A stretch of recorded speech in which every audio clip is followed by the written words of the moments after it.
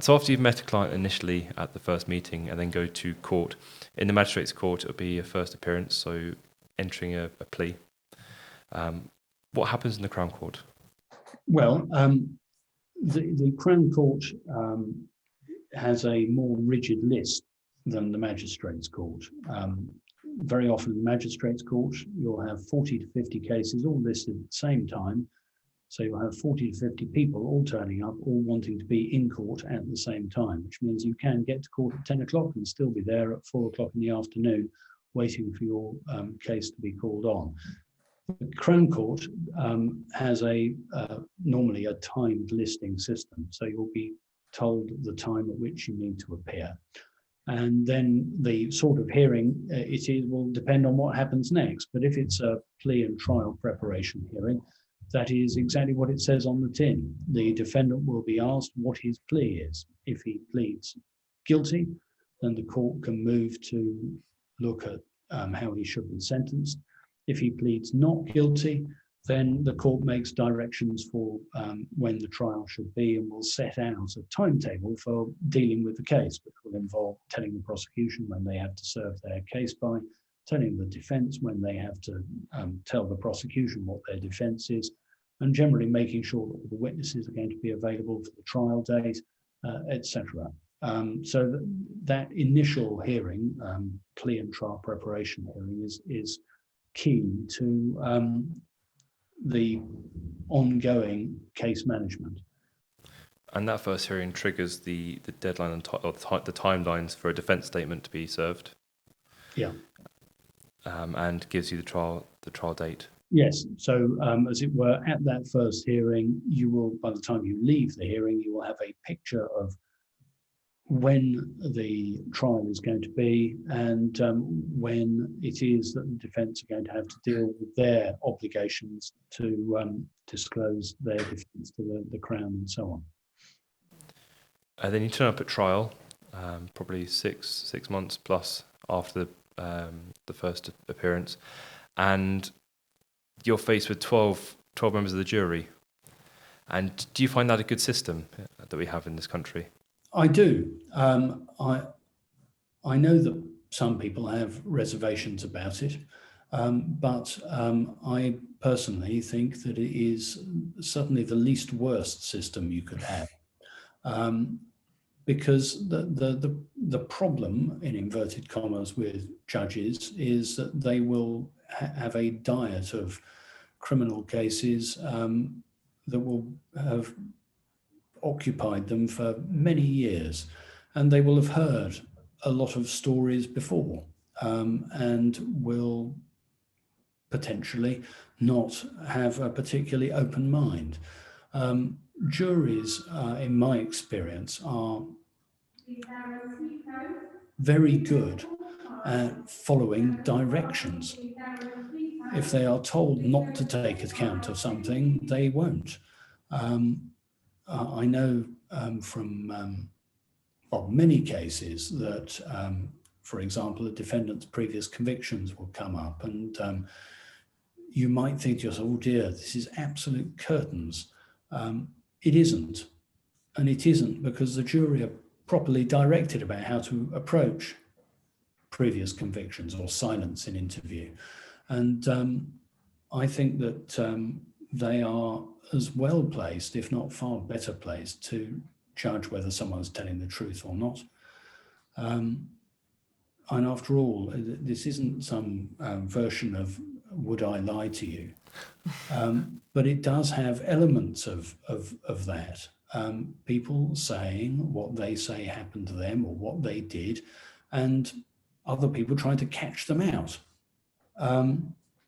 And it's very difficult to tell whether you're a professional lawyer or an ordinary man in the street who is lying and who isn't.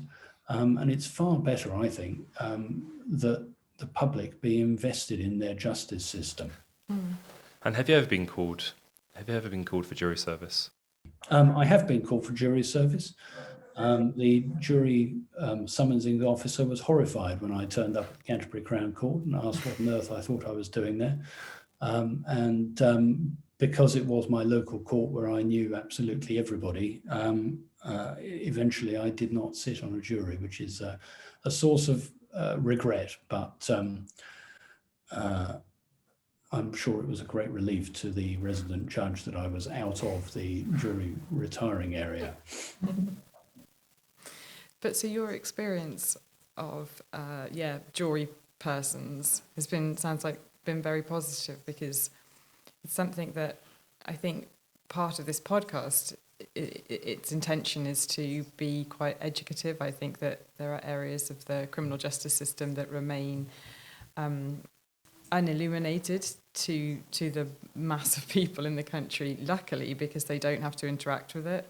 Yes, I think when some people come into contact with the criminal justice system for the first time, in fact, I say some people, most people who come into contact with the criminal justice system for the first time are utterly shocked. They are astonished at the delays. They are aghast at some of the procedures.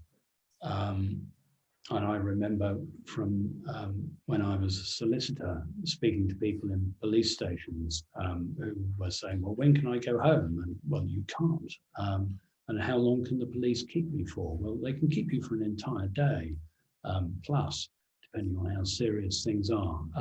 And for an ordinary person coming into contact with the law for the first time, it's very bewildering. But it is, I think, really important that people do understand how their justice system works.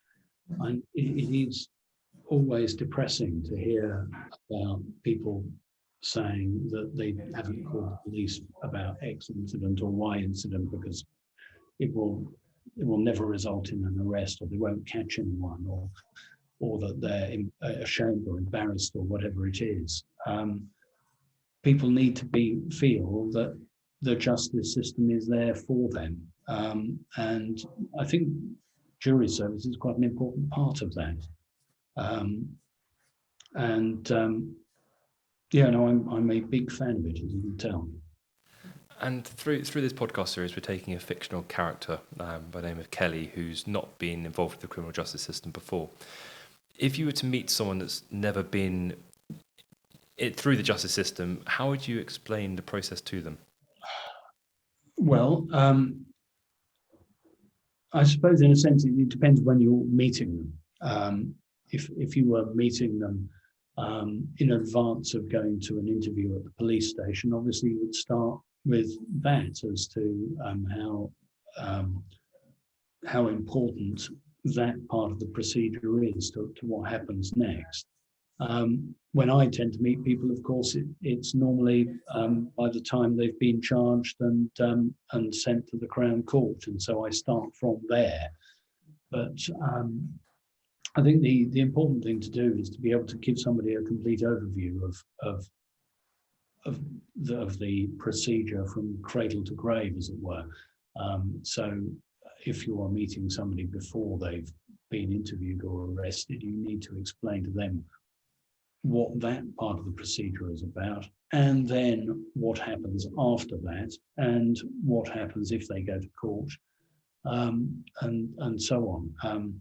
And there's a vast amount of information for a layperson to take in, because, as I've said, and as is obvious, a lot of people simply have no idea about what being prosecuted involves, and how the state can impose bail conditions on you that might last for years, how you might be under investigation for years, not just months. And I'm sure that you have dealt with cases where investigations have been going on for 12 months, 24 months.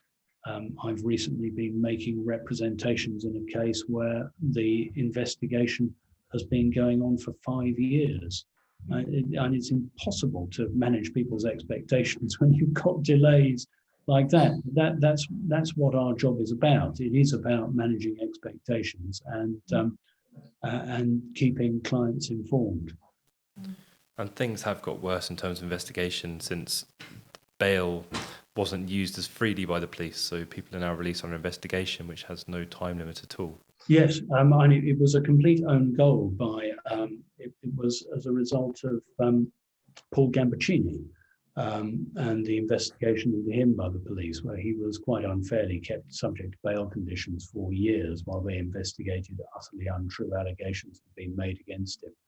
And so, yes, great news. People are no longer kept subject to bail conditions for years while under investigation, but instead they have no idea sometimes that the investigation is continuing, and the investigations just sort of completely stagnate because there's no return date for the person to go back to the police station. And that's why, as I've just indicated, there are cases that have literally been going on for years.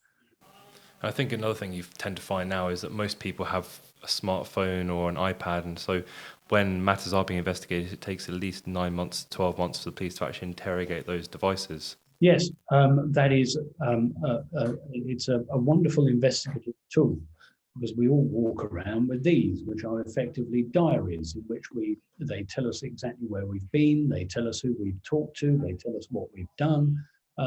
They're a wonderful investigative tool for the police to have and to get their hands on. But of course, they also contain a vast amount of information, and there simply are not enough forensic examiners of telephones for that sort of evidence to be obtained quickly.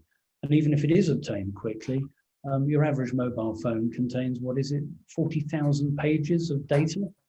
Someone's got to look at that, and then someone's got to sort out what it might be evidential and what isn't. There's a criticism, of course, of intrusive police investigations, particularly of victims or complainants, social media, things like that. But what do you want the police to do? Do you want the police to investigate crime and find out who's guilty and who isn't? Or do you just want them to believe anybody who makes an allegation? Well, there have been cases recently where cases have been thrown out and dismissed because text messages haven't been disclosed to the defence. Yes. And that sort of thing really has got to stop. The problem is that there is not enough money being thrown at these issues to allow the police to have sufficient manpower to conduct the investigations and the number of man hours, or indeed for the defence to be able to review the material themselves. It's not a problem that's going to get better either. No, and it's not so much the evidence that's on the phone, it's where a phone can actually locate someone in terms of cell site analysis as well. Well, exactly. It's not only what conversation have you had, it's where were you when you were having that conversation. A phone can betray its user or indeed prove that the user was nowhere near where they are alleged to have been. One mustn't always view it as being evidence against the person. It can be very, very powerful evidence of an alibi or that somebody did not do or say what they are alleged to have done. So if we turn back to the trial itself, so the jury have been sworn in. The prosecution go first in terms of presenting their evidence to the court, and you get to cross-examine each of their witnesses. Do you have any key tips that you would use or pass on to someone when cross-examining? Keep it short is my rule of thumb, and prepare. Preparation is absolutely key, and that's why I say keep it short, because a well-prepared cross-examination, in most cases, obviously some cases are very complicated, there's an awful lot you need to ask, but in most relatively straightforward cases, you have nothing to gain by asking questions for hours on end. Yes, so I've seen advocates in court cross-examining, and you watch them and they get the key piece of evidence that they want to get from the prosecution witness. And at that point, you're thinking to yourself, sit down. you've done enough work now, and they keep pushing, and then the witness corrects themselves. The most effective bit of cross-examination I saw was actually in this courtroom, in this court building in Maidstone Crown Court. It was during a very long trial, and the first 15 minutes of cross-examination of the first defendant were absolutely devastating. The problem was that the cross-examination then continued for another day and a half, by which time the jury actually started quite liking the defendant. Yes, that's the problem, isn't it? And how do you address the jury? Do you view it as acting? Do you act up to the jury, or are you just yourself in court? Well, that I suppose is rather like asking whether I'm acting now. There's an element of performance, of course there is. You have to project. So there is therefore an element of theatricality. And if you are making a speech, you want to take your audience with you. And so standing and reading something very slavishly and like a robot is not going to cause anyone to prick up their ears and pay any attention to what you're saying at all. And so I do try and deliver a speech to a jury in an interesting way and in a way that is as attractive as possible.